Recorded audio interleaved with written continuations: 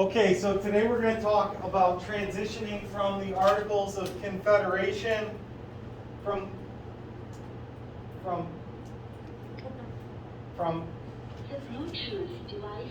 the Articles of Confederation, which were very weak. What were they? They were very weak. We're going to transition from the Articles of Confederation to the U.S. Constitution. So what year are we? 1787. That's the year. What incident that we learned about yesterday, Cameron, was the catalyst, which means that what happened? It was a farmer rebellion. What was it called? Shays Rebellion. Shays Rebellion. Shays Rebellion was the catalyst. Maybe you ever heard the expression, the straw that broke the camel's back, that led to the meeting in where? Philly. In the front of that outline, the first two parts, it talks about, and these notes are available in Google Meet as well, or Google Classroom. It goes through and talks about the setting and the participants. If you want to write stuff down, however, flip 4 pages counting backs to a handwritten page that says Constitution and Bill of Rights. Now, just so you know, listen to this. For New York State, you take a Regents exam in June. The Regents exam is for this course. It's called United States History and Government. Government takes weeks to teach. But you're also at the same time taking SUNY 105 and you're taking Advanced Placement United States History. And because of that, I only, if you look at the pacing, have about 4 or 5 days to teach you all this government stuff. What does that mean? It means for the kids that aren't here, I need to tape it, and I need to make sure that I put it onto, I need to tape it and make sure that I put it onto YouTube so that they can watch the lesson. If you're not here in the next few days, can you please come to the meet? Because that's easier than me having to hustle to tape things. Okay, so come to the meet. So 1787, we acknowledge that the Articles of Confederation had a few positives like the ordinances and the negotiation of the Treaty of Paris, but overall it was very weak. And so they meet in Philadelphia. Who's that? 55 delegates. If you want to write that down on that page that you can write on, it says representation. There's 55 from 12 of the states. 55 delegates from 12, the fourth page. 50 representation and process. You can write it right here, the fourth page. 55 delegates from 12 of the states. Anyone want to guess what state didn't show a representative? They read it in the reading. Comment. Rhode Island. Rhode Island. Anyone want to tell me why it makes sense if one state wasn't going to show up, would it be Rhode Island? I'll give you a hint. Puny. Rhode Island was the smallest population of the 13 states at the time. Now let me ask again. Anyone want to tell me why Rhode Island might not show up for a convention to get rid of the Articles? Mikey? Because it wouldn't have made a difference if it showed up. Right? Okay, maybe that's part of the motivator for them, but think again about what does the Articles, let's think about the Articles. Do you remember how I told you how a law got passed? It was like 2/3. Two-thirds vote. There were 13 votes, which means Rhode Island got how many of the 13 votes? 1. Which means Rhode Island, the smallest population, that was like 1/20th of Virginia, got equal voting as Virginia. Which means Rhode Island felt that the Articles were what? In their best interest. Do you understand logically why? You guys follow me? Because as a small state, Rhode Island felt like they had power. If you're Virginia, what do you think of that 1 vote per state? You're getting screwed over because your population is much bigger than some of those smaller states, and therefore you feel like you're not being equally represented, and that's your motivation to show up.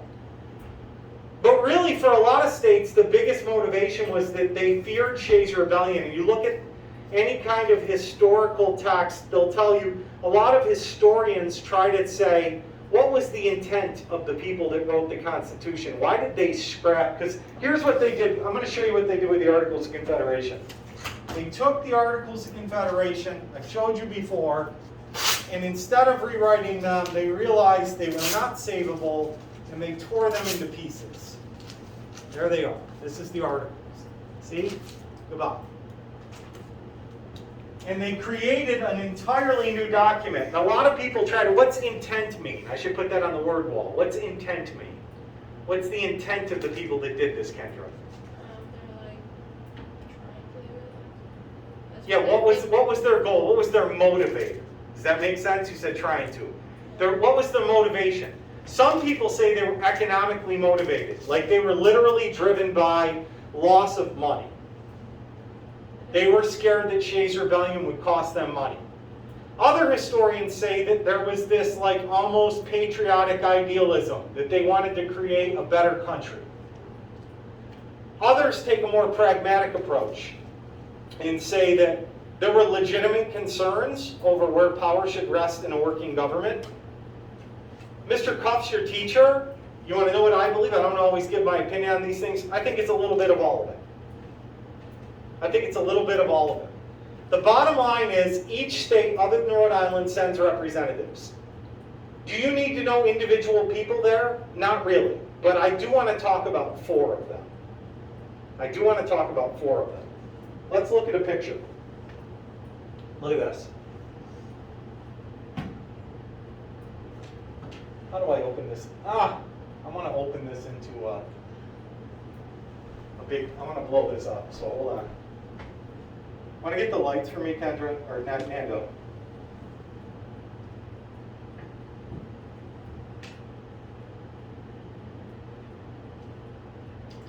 Look at this. On the far right, standing tall, commanding the respect of everyone, is whom? Say it loudly. George Washington. What do we know about George Washington to this point in American history? He was the what? The leader. The leader of what effort? The Revolutionary War. Thank you, Nando. We also know that George Washington has been around since the 7 Years' War, right? We know he's from Virginia. We know he's a wealthy planner. We know he's well respected. We learn the story of Valley Forge. We understand that he's the one that called together the Annapolis Convention. He's the one that recognizes that the Articles are weak. And when they get to the Constitutional Convention, what city are they in? Philly. They're in Philadelphia again. I would write that down. When they get there, they make him the president of the convention. And any artwork always shows him kind of standing like that. Well respected, admired. Now, I don't care what your favorite football team is. I'm guessing if you're not a New England Patriot fan or a Tampa Bay Buccaneer fan, or you don't care about football, that this reference is going to mean nothing to you. But there's a guy named Tom Brady. I don't know if you've heard of him, but he's been in the league for a long time, 20 plus years.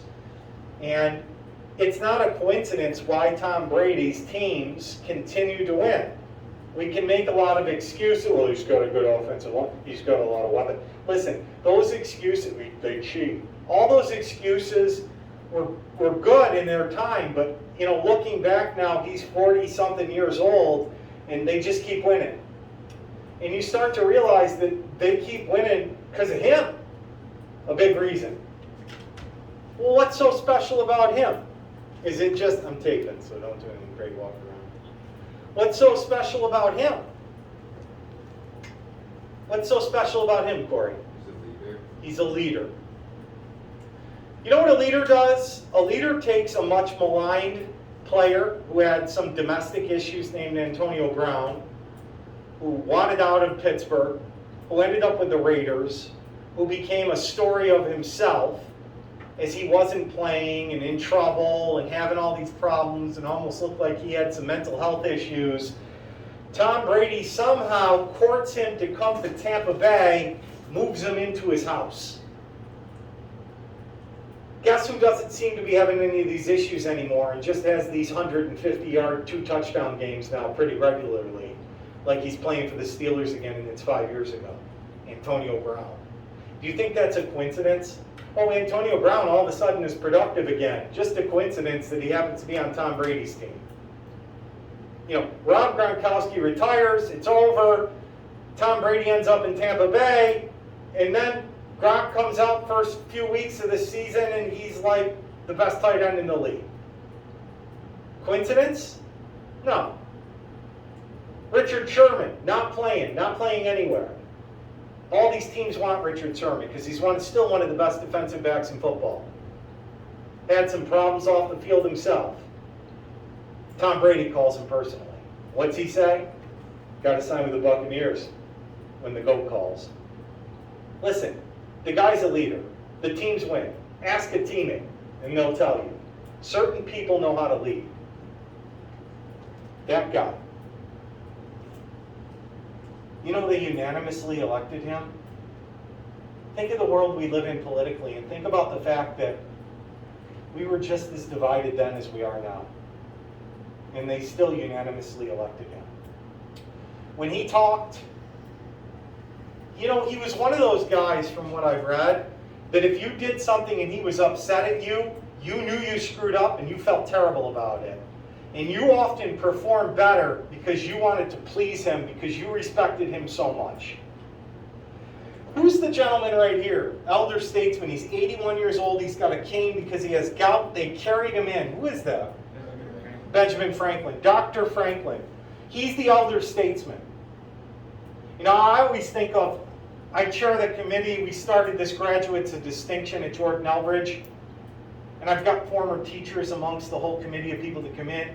And one of the former teachers I have taught math here from 1965 to 1999. And he was the mayor of Jordan until like last year, and his name's Dick Platten. And it's funny, whenever Mr. Platten talks at the meetings, we just shut up and listen. Why? Because he's earned that. Because I respect my elders. Because he has so much institutional memory that the stuff that he says and his experience goes a long way with me and with the others. So I don't know about you, but Dr. Franklin had that moniker. He might have been old, but when he spoke, he was a steadying influence. He had gout. They carried him in, like guys your age, on this these wooden poles with a blanket. I mean, he looked like Aladdin on the magic carpet. Like they would carry him in because his feet, the gout hurt. It hurt to put weight on his feet. It hurt to put weight on his feet. Also in the picture is Alexander Hamilton. We'll talk about Hamilton. You know, Washington was smart enough and good enough leader to recognize Hamilton and sort of pull him out of the rubble. But the most important person here is not Washington, it's not Franklin, and it's not Hamilton. It's James Madison. James Madison, you can write this down, is known as the father of the Constitution. Why? He did the homework. He did the research. What do you mean he did the research? He studied every government in human history. He was from Virginia, like Washington, by the way. He's friends with Jefferson. Jefferson's not there. Why isn't Jefferson there? I hinted to that yesterday. Why isn't Jefferson there? They didn't like him. Well, they liked him maybe, but they didn't like his views on the Shays rebellion. Yeah, obviously he was not of the feeling to tinker with the articles. He thought a little rebellion was a good thing. He's stirring up revolution in France. He doesn't want to create a new, stronger federal government.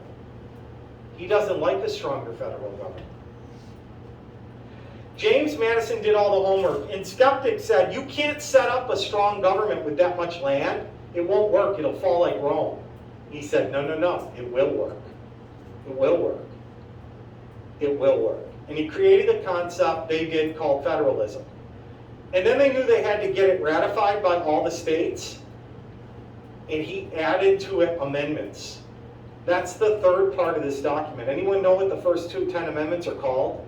He wrote them. The Bill of Rights. The Bill of Rights is the bulk of topic 3.9. I'm going to quiz you on them Tuesday. I didn't write it on the board yet. I'm going to need you to know them. Those are the first 10 fixes to the Constitution. And the framers, that's what we call Washington, Madison, Franklin, Hamilton, and the other 51. The framers were smart enough to not think that times would change. For what it's worth, I believe strongly in, we're taking this to go around. I believe strongly in the Bill of Rights. And the Bill of Rights is still a living, breathing document. And First Amendment privileges are just as important today as they were then. And so, ultimately, I think that if you look at the Bill of Rights in and of itself, it's not just that, it's the whole process to amend. Because think about it. We've since given women the right to vote. We've since given African Americans, we've ended slavery, the right to vote. We've done all these things through the amendment process that have increased democracy through the years. Now, did Madison give us a democracy? Was that the intent of this convention? No. It gave us a representative republic with democratic principles. A representative democracy, if you will. And that's what this portrait is, them ironing it out.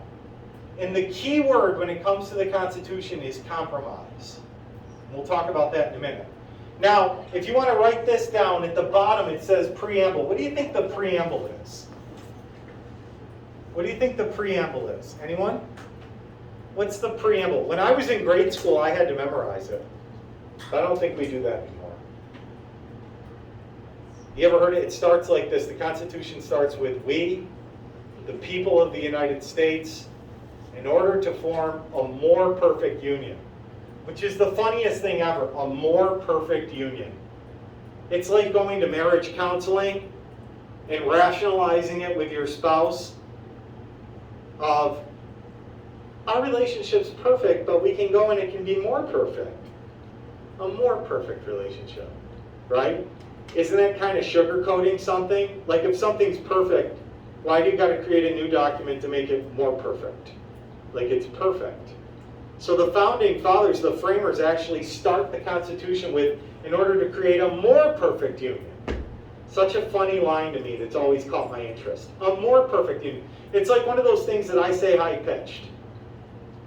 Because when I say things down low, I'm like serious, like you better listen to me. But I'm like, yeah, we're going to make it more perfect. It's like, okay. Because you're implying it's perfect and it's not. Right? A more perfect union.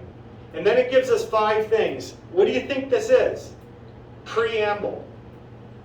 In essays, what part of the essay would this be?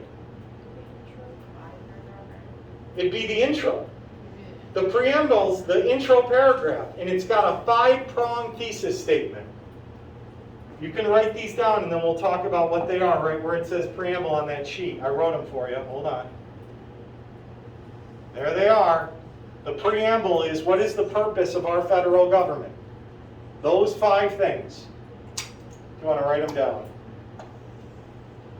Here they are. Establish justice, ensure domestic tranquility, provide for the common defense, promote the general welfare, secure the blessings of liberty. Those 5 things.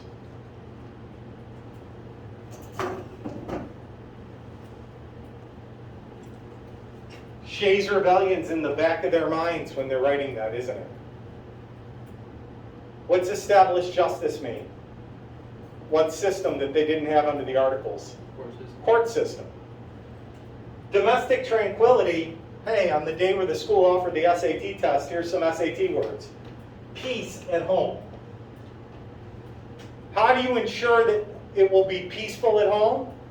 By providing for a common defense. What would be our common defense? What's providing a common defense? This is a role of government. By having a what? Military. Functioning military. Which today we would call in part even like a functioning like state police or federal marshal, like law enforcement. Wait, you're telling me that law enforcement makes for a better government? Well, there needs to be some sort of security. It's like having a sheriff makes more freedom in the Old West, right? You understand why? Why would the sheriff give more freedom? Because with the sheriff there, that no one's going to come and steal your livestock. You're paying a hired hand with a weapon to protect your community. The same thing here. It's like we need a sheriff.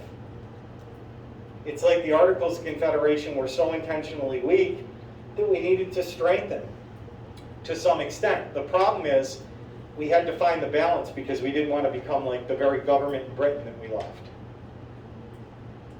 So we've always tried to find the proper balance of how much government. The fourth one is promote the general welfare, which a lot of presidential administrations use as justification for passing legislation through Congress that isn't in the Constitution, but it's for the well-being of people. So couldn't you use that fourth as like the Affordable Care Act, aka Obamacare? Like, yeah, but it's for the good of the people. Maybe this is justification for a vaccine mandate. Like, hey, it's for the good of the people. So there's a little flexibility there, and later in the week we'll talk about the elastic clause, which gives a lot of flexibility. The last one is about the revolution, to secure the blessings of liberty. And again, I think they're thinking about Shays' Rebellion. So I've told you two of the three parts of this document. The first part is the preamble. The last part, the addition to, are the amendments called the Bill of Rights, the first 10. What is the rest of the document? Articles, which is a fancy name for sections or chapters. There's 7 of them. If you take AP Government next year with Mr. Avery, you'll learn in detail 4, 5, 6, and 7. For this course, you only need to learn 1, 2, and 3. 1, 2, and 3 are the legislative branch, the executive branch, and the judicial branch and their functions. At the top of the legislative branch is the same Congress they had under the Articles. The next two are new. The executive branch is the president and whatever is under them. And the last one is the Supreme Court, the judicial branch, and the entire federal court system, which wasn't constitutionally clear. And it wouldn't be till Congress passed the Judiciary Act of 1789 that that became clear. We'll get into details, but when these branches keep each other in check, we call that what? Checks and balances. And we'll get into detail about that. It's the beginning of 3.9. The key word to all of this Constitution, the first thing that they worry about, what we're going to talk about here for the last 10 minutes, is compromise. The Constitution is filled with compromises. First of all, what is a compromise? What is a compromise by definition, Corey? You agree to something, you meet like halfway. Meeting someone halfway. You know, it's like my family. We're in Syracuse. We'll say my oldest son has a baseball game. We're in Syracuse and everybody's hungry and it's noon on a Saturday. And of course, what? My daughter wants a sandwich or a sub or something. And my oldest son wants Taco Bell. And my wife doesn't want either of those. And maybe my youngest son wants a piece of pizza. What's a compromise? The food court at Destin. Combine all three. Yeah, at the food court at Destin, right? Let's go to the mall, we'll run in, we'll go up the escalator, give everybody a little money, they can wait in line, and we'll eat there and we'll be done. Or Wegmans in DeWitt, right? Where you could sit down at Wegmans and they got a little bit of everything. That's a compromise, right? You're on a date, she wants a romantic movie, you want an action flick, so you settle for a comedy, right? Mom wants you home at 11, you want to stay out till 1, you agree to midnight. These are compromises. Does government work well when compromises are reached? Duh. Yeah, but Mr. Kufs, sometimes compromise is impossible. Well, historically that's not true. Just sometimes people don't want to sit down and listen to each other. Often goals are the same, but there's stubbornness. Yeah, but you don't understand. Things today are a lot worse. No. Believe me, they were fighting pretty bad in 1796. They were pretty divided. All right? So, let's talk about compromises. There's 4 that you need to know. If you did the reading, you read about them. Let's talk about the great one, which is called the Great Compromise.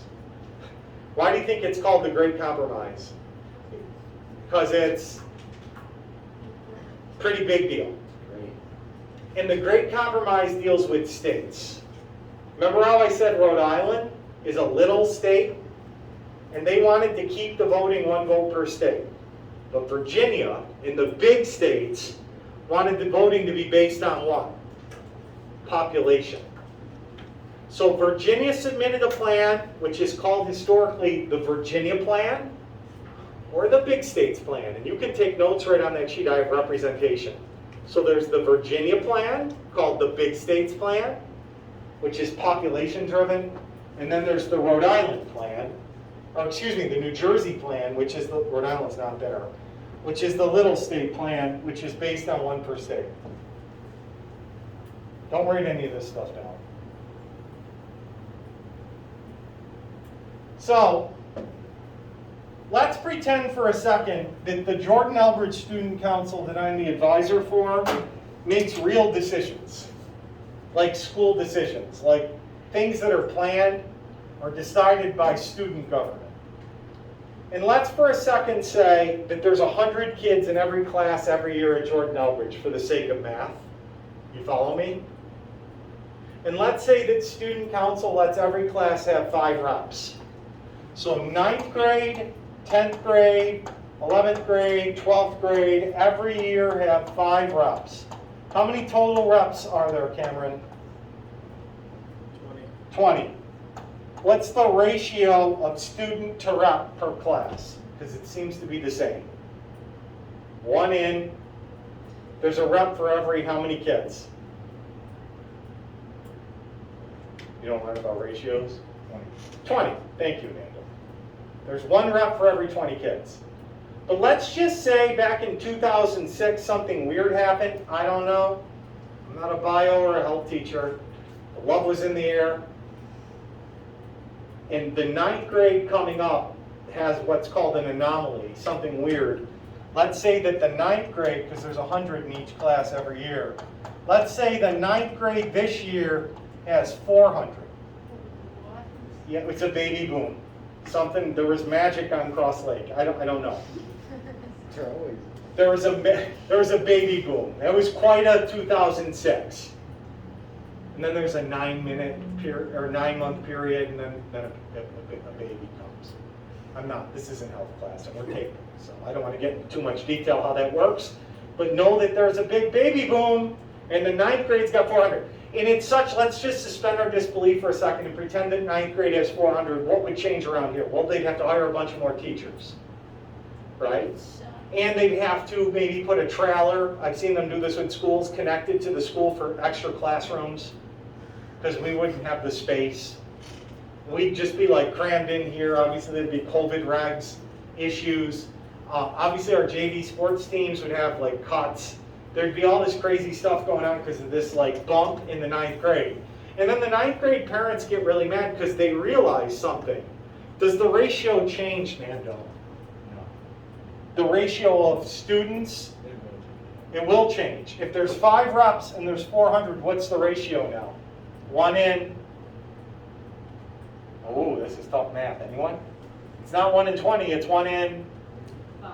I kept it. No, it's not 1 in 5. There's only 5 reps and there's 400 kids. So there's a rep for every how many kids? 80. So they go to the Board of Education meeting, freshman parents, and they're mad. And I don't blame them. And they're saying, my kids are not getting representation appropriately for 9th grade. And so Mr. Froyo listens. The Board of Education listens, and Mr. Froyo says, he calls me, because I'm the student council advisor, he's like, Mr. Kufs, we're going to change the, I'm taping. Mr. Kufs, we've got to change. I can't do that, Mr. Froyo. Nobody watch that. Mr. Kufs, we've got to change student council representation. The freshmen are equally, the freshmen.